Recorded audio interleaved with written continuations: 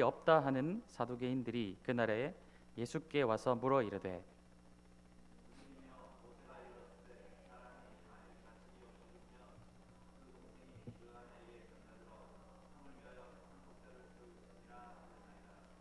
우리 중에 7형제가 있었는데 마지가 장가들었다가 죽어 상속자가 없으므로 그 아내를 그 동생에게 물려주고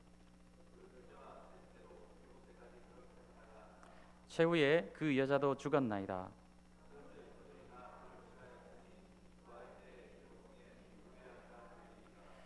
예수께서 대답하여 이르시되 너희가 성경도 하나님의 능력도 알지 못하는 고로 오해하였도다.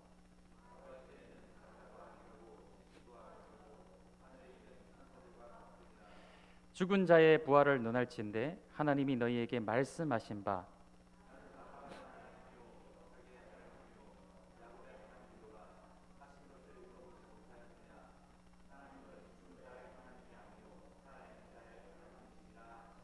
무리가 듣고 그의 가르치심에 놀라더라.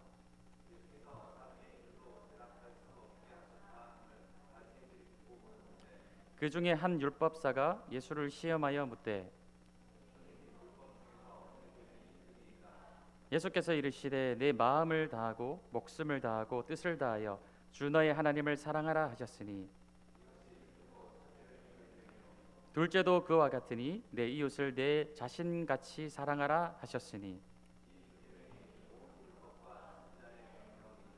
아멘. 제가 주중에 뭔가를 보다가 술 취한 사람이 대화하는 장면을 보게 되었습니다. 술 취한 사람들의 특징이 무엇이냐? 뭐 여러 가지 이제 술 주정의 이제 모습들이 있겠지만 했던 얘기를 또 하고 또 하는 분들이 있어요. 그리고 이제 대화하는 사람과 함께 질문을 막 할 때 본인이 원하는 대답을 들을 때까지 계속 같은 질문을 또 하고 하는 그런 모습을 이제 보면서 참 그 대화하는 사람이 짜증이 날 수 있겠구나. 대화가 말이 통하지 않으니까 소통이 되지 않으니까 본인이 원하는 답을 들을 때까지 같은 질문을 계속해서 반복하면 얼마나 이 듣는 사람이 질문을 받는 사람이 힘이 들겠습니까? 근데 문제는 이제 술을 많이 드셔서 취했을 때는 그럴 수 있다라고 생각을 하는데 만약 술이 취하지 않았는데도 평소에도 이제 그렇게 한다면 평소에 상대방과 대화를 할 때 자기 주관이 너무 뚜렷해가지고 질문을 할 때 내가 원하는 대답을 들을 때까지 같은 질문을 계속해서 하게 된다면 또 듣게 된다면 참 힘이 들겠다라는 생각이 들었습니다. 상대방이 너무 힘이 들고 결국 그 사람과의 관계가 깨어지게 되겠죠. 왜냐? 대화가 되지 않기 때문에 그럴 것입니다. 그 장면을 보면서 저는 늘 이제 하나님 말씀과 우리 일상이 어떻게 좀 연결이 될까 설교자이다 보니까 이제 고민을 하고 있습니다. 그 모습을 보면서 무슨 생각이 떠오르느냐? 어쩌면 이게 하나님과 우리의 관계일 수도 있겠구나라는 생각을 하게 되었어요. 하나님은 이미 이 성경 말씀을 통해서 우리에게 자신의 모든 뜻을 다 계시하셨습니다. 물론 2000년이라는 그 시간의 차이가 있기 때문에 문화적, 공간적 그런 차이는 있겠지만 하나님의 말씀의 큰 대원리에 관하여서 구약부터 요한계시록에 이르기까지 다 기록을 해두셨기 때문에 모든 어떤 케이스 바이 케이스, 사람 바이 사람 아주 세세한 부분들은 다 다를 수 있겠지만 큰 원리를 보고 그것을 적용하여서 하나님의 뜻이 무엇인지는 우리가 이미 66권 말씀을 통해 다 알게 되었다라는 것이죠. 그럼에도 불구하고 우리는 듣고 싶은 것만 들으려 하죠. 또 기도할 때도 계속해서 같은 질문을 합니다. 나를 향한 하나님의 뜻이 무엇입니까? 나를 향한 하나님의 계획이 무엇입니까? 나의 가정을 향한, 나의 일터를 향한, 나의 사업을 향한 하나님의 뜻이 무엇입니까? 계속 질문을 하죠. 근데 이미 하나님은 다 말씀해 주셨어요. 웬만한 것들은 다 큰 원리 속에서 여러 가지 이 인생들의 그 하나님과의 관계 속에서 나타난 사건들을 통해 큰 원리들을 이미 다 말씀해 두셨어요. 이미 우리는 말씀을 통해 다 알고 있다라는 거예요. 그럼에도 내가 원하는 답, 내가 원하는 말씀을 나에게 주시지 않으니까 계속해서 질문을 하는 것이죠. 나를 향한 하나님의 뜻이 무엇입니까? 이미 다 말씀하셨다니까요. 이미 다 알려주셨어요. 그런데 우리는 내가 듣는 답을 들을 때까지 계속 요청을 하는 것이죠. 이 모습이 이제 나쁘다고 말씀드리는 것은 아니에요. 물론 기도하지 않는 것보다, 하나님께 질문하지 않는 것보다는 이것이 훨씬 낫습니다. 그런 같은 질문을 반복하더라도 그 반복하는 기도 가운데 하나님의 뜻을 조금이라도 더 알게 되는 것이죠. 그러니까 기도하지 않는 것보다는 훨씬 나은 것이에요. 그렇지만 제자리 걸음하는 것도 그렇게 좋은 모습은 아니라는 것입니다. 신앙생활이라는 것은 진리를 알아가는 과정이에요. 나의 뜻대로 살아가던 것을 하나님의 뜻대로 바꾸어가는 성화의 과정을 거쳐가는 것이 바로 신앙생활입니다. 내가 말하고 싶은 것에서 하나님이 말씀하고자 하시는 것을 내 입술로 말하는 것으로 변화되어 가는 것, 내가 듣고 싶은 것에서 하나님이 말씀하시는 것을 듣는 것으로 바뀌어 가는 것, 내가 하고 싶은 것에서 하나님이 하고 싶은 것을 내 삶을 통해 하게 되는 것, 이렇게 나 중심에서 하나님 중심으로 계속해서 바뀌어 가는 것, 이게 이제 성화의 과정이고 진리를 알아가는 그런 과정이 되겠다라는 것이죠. 근데 혹시 거꾸로 하고 계시진 않냐라는 것입니다. 반대로 하고 있지 않습니까? 하나님이 원하시는 것을 해야 되는데 자꾸만 내가 원하는 것, 내가 말하고 싶은 것, 내가 듣는 것을 하나님께 계속해서 질문하며 요구하고 있는 그런 제자리 걸음을 하고 있다면, 이거 요즘 젊은 친구들이 이렇게 이야기하더라고요. 도루마무라고 이야기하더라고요. 계속해서 무한 반복, 제자리 걸음하고 자람이 없고 성장이 멈추어 버린 것, 이런 것은 우리가 가야 될 신앙의 길이 아니라는 것입니다. 점점 나 중심에서 하나님의 중심으로 옮겨지고 기도, 예배, 찬양, 모든 것이 나의 중심에서 하나님 중심으로 옮겨지는 그 성장하고 성숙함이 있는 그런 신앙의 길을 걸어가시는 우리 성도님들이 되시기 원합니다. 잠깐, 왜 이 말씀을 드렸을까요? 지금 우리가 22장부터 계속해서 보고 있는 것이 무엇이냐면 이 종교 권력자들이 예수님께 질문을 계속해서 하고 있죠. 질문의 내용은 다 다르지만 의도는 똑같아요. 자신들이 원하는 답, 듣고 싶은 답을 들을 때까지 계속해서 질문하는 것이죠. 어떻게 하면 딜레마에 빠질 수 있는 질문을 해서 그 대답을 하는 예수님이 아주 곤란하게 만들 수 있을까? 고발할 어떤 거리를 얻을 수 있을까? 진리를 알아가고자 하는 그런 질문이 아니라 시험하는 질문, 곤욕에 빠뜨리려는 질문을 이 종교 권력자들은 계속해서 하고 있는 상황이라는 것입니다. 지난 시간에 바리새인들과 이 헤롯 당원들이 함께 와서 가이사에게 세금을 바치는 것이 옳습니까? 이렇게 질문을 하였는데 예수님께서 아주 지혜로운 방법으로 답변을 하셨어요. 이 소식을 들은 이 사두개인들이 또 이번에는 예수님을 찾아오게 되었죠. 부활에 대해서 질문을 하게 됩니다. 내용인즉 7명의 형제가 있었는데 유대인들의 어떤 율법과 관습에 따라서 계대 결혼이라고 하죠. 형제가 죽어서 아내가 과부가 되면 그 아내의 유업을 이어갈 수 있도록 해주기 위해서 둘째 형제가 취하고, 그도 안 되면 셋째 형제가 취하고 계속해서 이제 내려가게 되는데, 지금 이제 있지도 않을 일들을 이 사두개인들이 만들어 와서 7명의 형제가 있었다라는 거예요. 그 7명의 형제를 거친 이 아내는 부활 때에 누구의 아내가 되겠습니까? 라고 질문을 하고 있는데, 정작 사두개인들은 어떤 사람들이냐? 모세 오경만을 믿는 사람들이기 때문에 그들은 부활이 없다라고 믿는 사람들이었어요. 자기들은 믿지도 않는 것을 가지고 와서 예수님께 부활 때에 어떻게 되겠느냐라고 질문을 하고 있는 아주 약한 의도를 가진 사두개인들을 우리가 보게 되는 것이죠. 신명기 25장 말씀에 보면은 이 고헬 제도에 대해서 설명을 하고 있습니다. 그 제도를 지금 가지고 와서 물어보고 있는데, 이것은 이해하시기 쉬우려면 바로 이 룻기를 보시면 되겠어요. 룻이 과부가 되어서 어떻게 보아스를 만나게 되었고, 보아스가 그의 기업을 어떻게 이어갈 수 있도록 해주었는가, 자세한 내용은 우리가 룻기를 통해서 이 제도를 통해 알 수 있는 것이죠. 이 제도가 생긴 이유는 다른 악한 의도는 전혀 없습니다. 악한 음욕이라든지 그런 것 때문에 형수를 취하는 그런 제도가 아니에요. 이 당시는 지금과는 달리 여성들이 굉장히 사실 열악한 환경에 있었던 것이 사실입니다. 만약에 남편이 죽어버리면 막막한 거예요. 생계를 이어갈 방법이 없는 거예요. 그래서 그 당시에 남편을 잃어버리게 되었고, 더 이상 이 고엘 제도를 받을 수 없는 사람들은 어떻게 되었느냐? 생계형 창기가 되거나 노예로 전락을 해버릴 수밖에 없는 그런 상황이었다라는 거예요. 그래서 이것을 방지하는 최소한의 사회 보장 제도가 바로 이 고엘이란 이 계대 물음, 계대 가업을 이어줄 수 있는 그 계대 결혼이라고 하죠. 그래서 이 제도가 존재하였던 것이에요. 그런데 사두개인들은 이 제도를 가지고 아주 부활에 대해서 조롱하듯이 지금 질문을 하고 있는 것입니다. 한 여인이 여러 번 결혼을 했는데 나중에 부활이 이루어졌을 때 아주 곤란한 상황이 일어나지 않겠느냐. 그러니까 이 부활이라는 것은 있을 수 없는 일이라는 것을 주장하기 위해서 억지로 있지도 않은 이 7명의 형제 이야기를 가지고 와서 예수님께 질문을 하고 있는데 아주 비꼬듯이 조롱을 하듯이 그렇게 질문을 하고 있는 것이죠.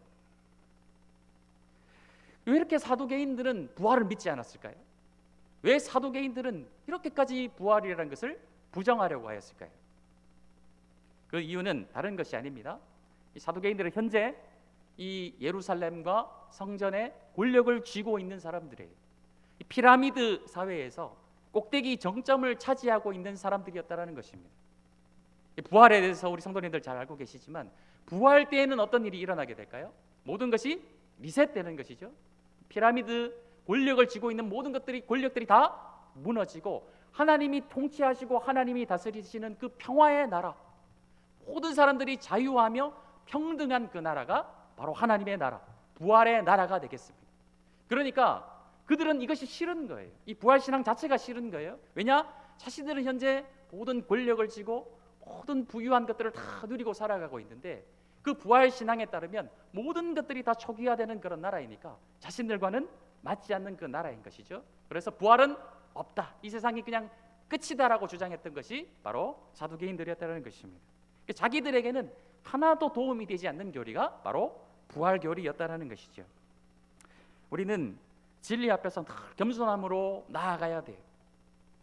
이 신학이라는 것도 성경 말씀을 해석하고 연구하는 것도 계속해서 발전해 나가고 있습니다. 과거에 잘못 해석하거나 잘못 적용한 부분들을 끊임없이 이제 개선해 나가는 것이죠.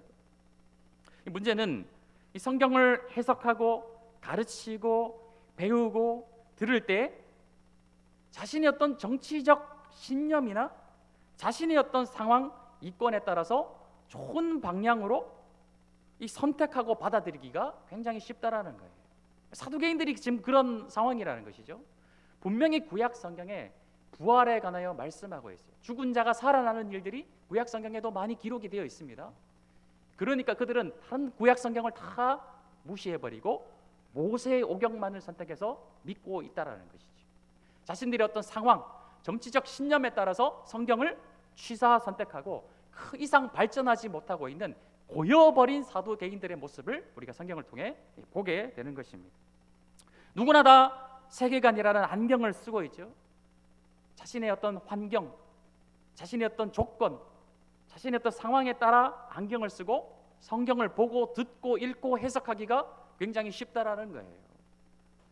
적어도 하나님의 말씀이 진리라면은 중요한 것은 항상 겸손한 마음을 가지고 우리 하나님 나라에 들어가는 그 순간까지 겸손한 마음으로 이 하나님의 진리를 끊임없이 알아가고 배워가야 되겠다, 이 마음을 내려놓지 않으시는 성도님이 되셨으면 좋겠어요. 어떤 안경을 쓰고 성경을 바라보며 내 상황, 나의 어떤 조건에 맞추어서 성경을 보는 것이 아니라 진리 앞에 겸손한 마음으로 하나님의 말씀을 끊임없이 알아가겠다, 배워가겠다, 이 마음을 포기하지 않으시는 그런 성도님들이 되시기를 축복합니다. 이 부활에 관한 이 이야기는 특별히 육신의 죽음의 이후에 관한 이야기가 되겠죠. 이 사후 세계에 관해서는 우리 모두가 다 궁금증이 많습니다. 또 논의가 많을 수밖에 없는 그런 영역이에요. 사람이 죽은 후에 어떻게 되는가? 바로 천국에 가게 될까? 아니면 또 연옥이라는 곳에 잠깐 중간지대에 머물러 있다가 나중에 하나님의 심판대 앞에 서고 그 다음에 천국과 지옥으로 갈라지는가? 아니면 그것도 아니고 그냥 죽은 그 육신 안에 영원히 잠들어 있다가 또 예수님이 마지막에 오시는 그날에 또 하나님 앞에 서게 되는가? 다양한 이야기와 다양한 그런 학설들이 많이 있어요. 왜냐? 죽음 이후를 경험해 본 사람은 아무도 없기 때문에 그렇습니다.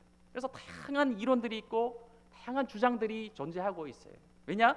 죽음 이유가 그만큼 궁금한 것이고 알고 싶은 영역이기 때문에 그렇습니다. 정확한 정답은 오직 하나님만이 알고 계시겠죠.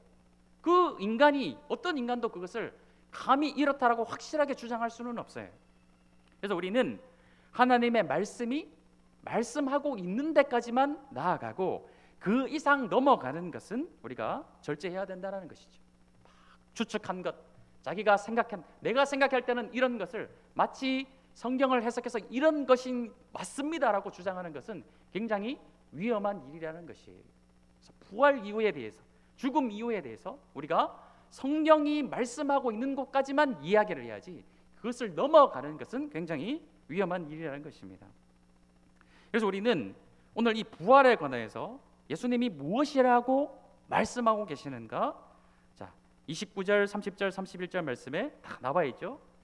근데 예수님이 뭐라고 말씀하시느냐?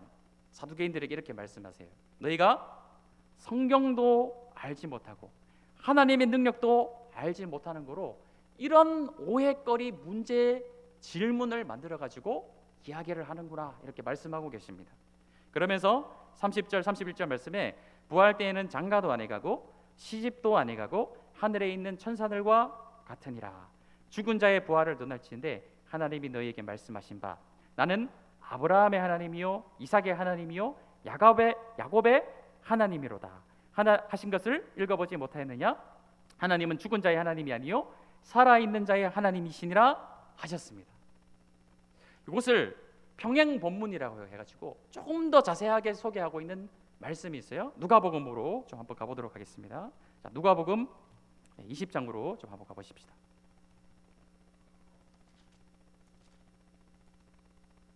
누가복음 20장 27절에서 40절까지 말씀을 보면 같은 사건을 마태와 누가가 기록을 하고 있는데 누가는 이것을 조금 더 자세하게 소개를 하고 있는 것을 보게 됩니다. 같은 질문을 하고 있죠. 27절에서 33절 말씀까지 보면은 마태복음에서 말씀했던 대로 그대로 사두개인들이 그렇게 예수님께 질문을 하고 있어요.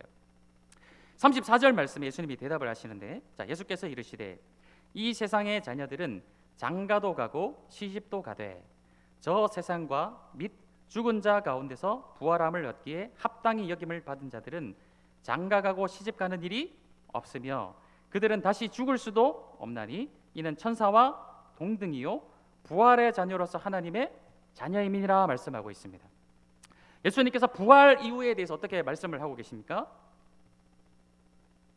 완성된 하나님의 나라, 부활 이후에는 장가가고 시집가는 일이 없다라고 말씀하시고 모든 인간이 천사와 동등되다라고 말씀을 하고 계세요.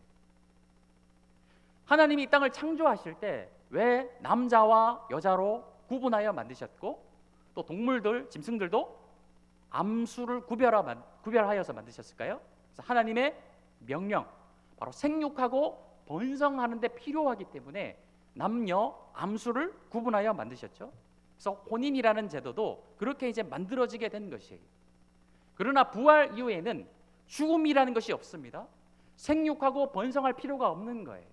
그렇게 그때에는 남녀의 구분도 무의미하게 되고 그렇기 때문에 결혼 제도라는 것도 무의미해진다라는 것을 우리에게 말씀하고 계시다라는 것이죠.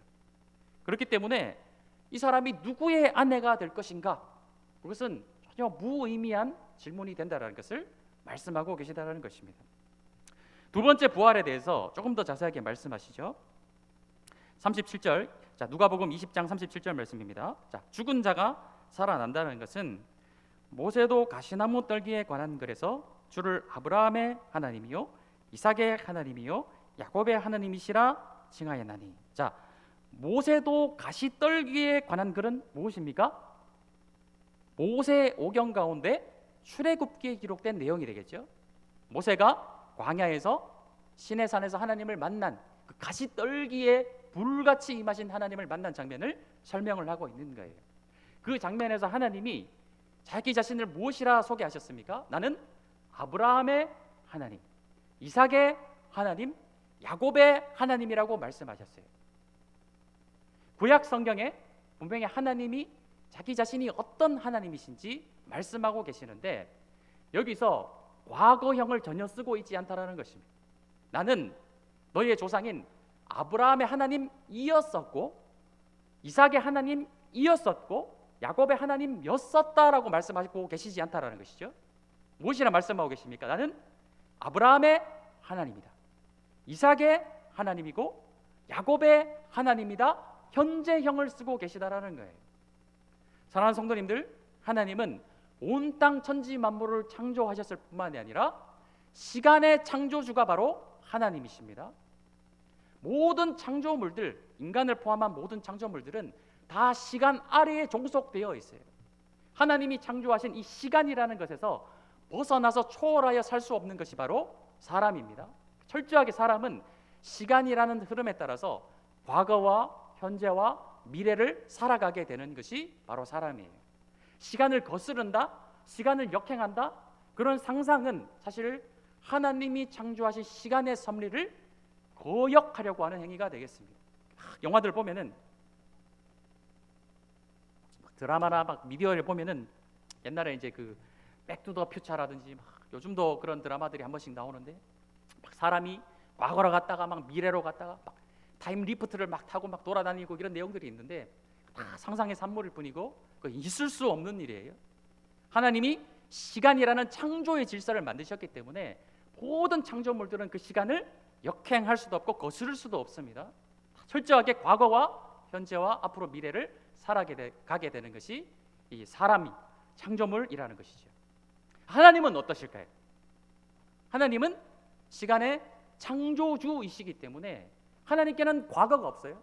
하나님께는 미래가 없고 모든 존재하는 것들은 다 하나님 앞에서 무엇입니까? 과거나 미래가 아니라 하나님께는 다 현재형이라는 것이죠.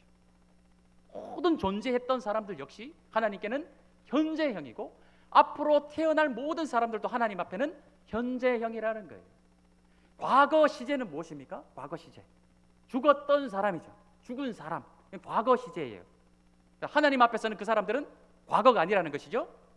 하나님 앞에서는 지금도 아브라함이 살아있는 존재이고 이삭도 하나님 앞에서 살아있는 존재입니다. 하나님께서는 과거와 현재와 미래 이 모든 것을 초월하여 계신 분이라는 것이죠. 그러니까 앞으로 태어날 자들에 대해서도 하나님께서 구약 성경에 말씀하시는 것을 우리가 보게 되는 것이죠. 그래서 과거 시제, 미래 시제는 하나님 앞에서 무의미해지는 것이에요. 그렇기 때문에 살아계신 하나님 앞에서는 모든 죽었던 자 역시도 무엇입니까? 그들은 산 자가 되는 것입니다. 살아있는 자가 되는 것이에요. 앞으로 태어날 모든 자들도 역시 하나님 앞에서 지금 살아있는 자가 되는 것입니다. 그러니까 하나님이 이 땅 가운데 다시 예수님으로 말미암아 심판하실 그때에 모든 사람들이 하나님 앞에 서게 될 때 그때 죽었던 자가 없는 거예요. 태어날 자가 없는 거예요. 모든 사람들이 다 살아서 현재형으로 하나님을 맞이하게 될 것입니다. 예수님을 맞이하게 되는 것이고 그 심판대 앞에 다 서게 되는 거예요. 근데 우리의 사고는 과거가 있고 현재가 있고 미래가 있습니다. 과거에 죽었던 사람에게 과거 시제이기 때문에 그럼 그들이 죽어서 어떤 공간, 죽은 사람들에게 시공간이 필요한 것이죠. 앞으로 태어날 영혼들을 지금 어디에 있다가 그들이 육신의 어떤 이 태 가운데로 들어와서 그들이 태어나게 되는가? 앞으로 태어날 자들도 그 미래 시제에 합당한 시 공간이 필요하게 되는 것이죠. 그러니까 우리 질문은 자꾸 거기에 쏠리게 되는 거예요. 지금 죽은 자가 어디에 가 있는가? 그런 질문이 무의미해진다는 것이죠. 왜냐 하나님 앞에는 모든 사람이 현재형이기 때문에 그렇습니다. 그러니까 죽었던 사람이 어딘가에 머무를 필요가 없는 거예요. 하나님 앞에서 현재형이라는 것이죠. 그래서 예수님은 20장 38절 말씀에 하나님은 죽은 자의 하나님이 아니요 살아있는 자의 하나님이시라. 하나님에게는 모든 사람이 살았느니라 라고 말씀하고 계시다는 것이죠.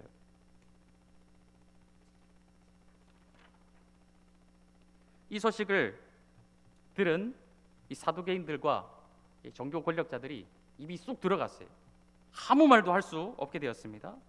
그래서 40절 말씀에 그들은 아무것도 감히 더 물을 수 없었다라고 이제 말씀을 하고 있는 것이죠. 부활에 관하여서 자신들이 가지고 있는 모든 생각들, 그리고 지금 막 억지스럽게 만들어 온 이 질문이 얼마나 무지한 질문인지를 스스로 예수님의 이 말씀을 듣고 깨닫게 된 것이에요. 그런데 이 이야기를 들은 바리새인들이 다시 마태복음으로 돌아오십시다.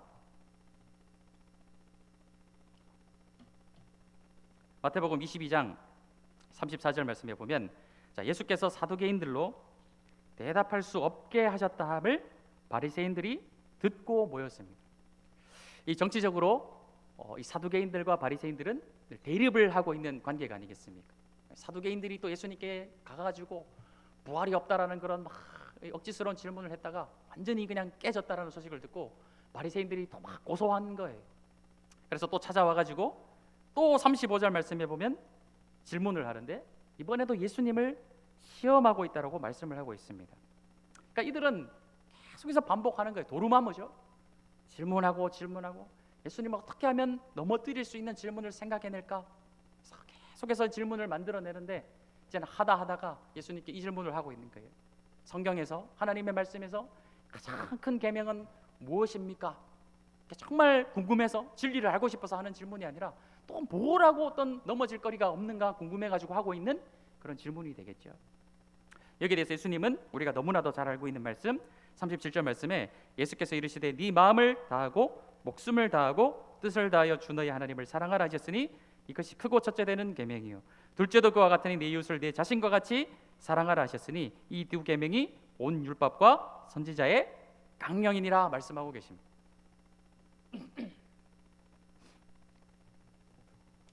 우리 신앙생활의 가장 큰 목적이 무엇입니까? 우리 신앙생활의 가장 큰 목적은 하나님께 영광, 그러니까 즉 하나님을 사랑하는 것.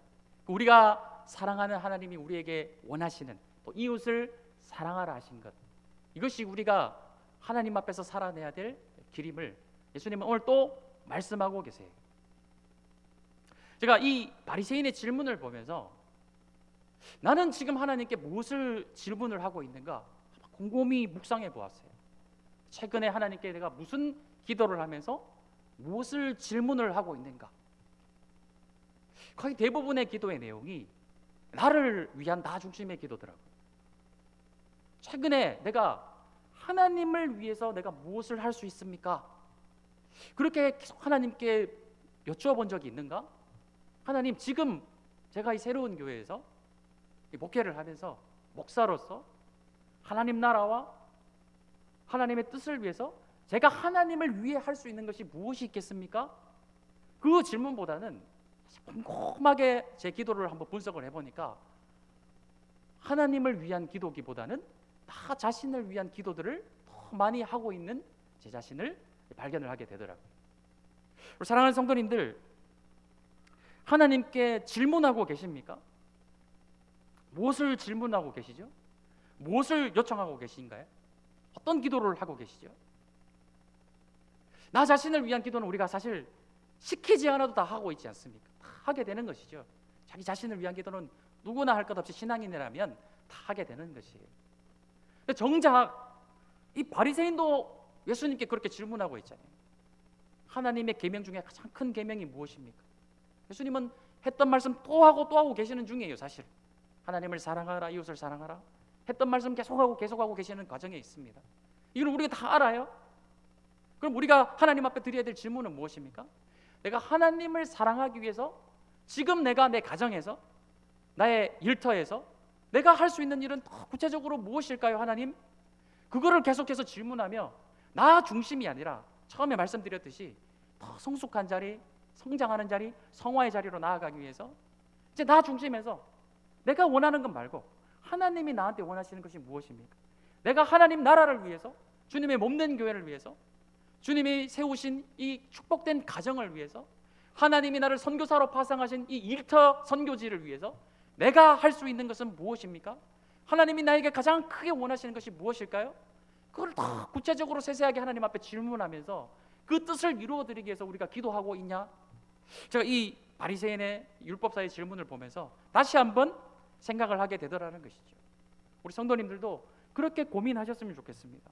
나 중심에서 나 중심의 진리를 알아가는 것이 아니라 하나님 중심의 진리를 알아가기 위해서 끊임없이 그 성장하는 자리, 성숙하는 자리로 나아가기 위해 몸부림치시는 그런 성도님들이 되십시오.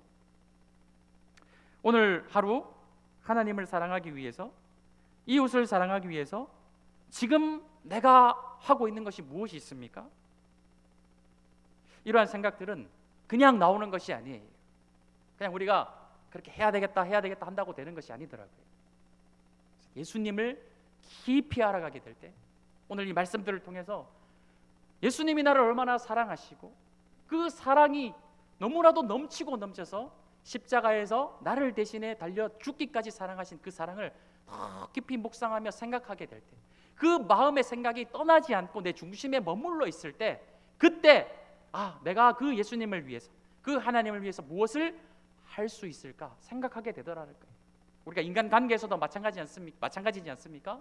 내 마음에 저 사람을 사랑하는 마음이 있어야 저 사람을 위해 내가 해줄 수 있는 것이 무엇일까 고민을 하게 되지, 그 사람을 사랑하는 마음이 내 마음에 떠나버리면 뭘 하든지 말든지 그 사람이 뭘 입든지 없든지 아무 생각을 하지 않게 되더라는 것이죠. 마찬가지입니다. 내 마음의 중심에 하나님을 향한 사랑, 나를 대신해서 죽으신 그 예수님을 향한 사랑이 내 마음의 중심에 가득할 때, 내가 그 주님을 위해 무엇을 할 수 있을까 질문하게 되는 것이죠. 그 마음의 생각이 영원토록 우리 마음의 중심에서 떠나지 아니하시는 축복된 하나님 나라 백성들이 되시기를 축복합니다. 우리 함께 찬양하십시다.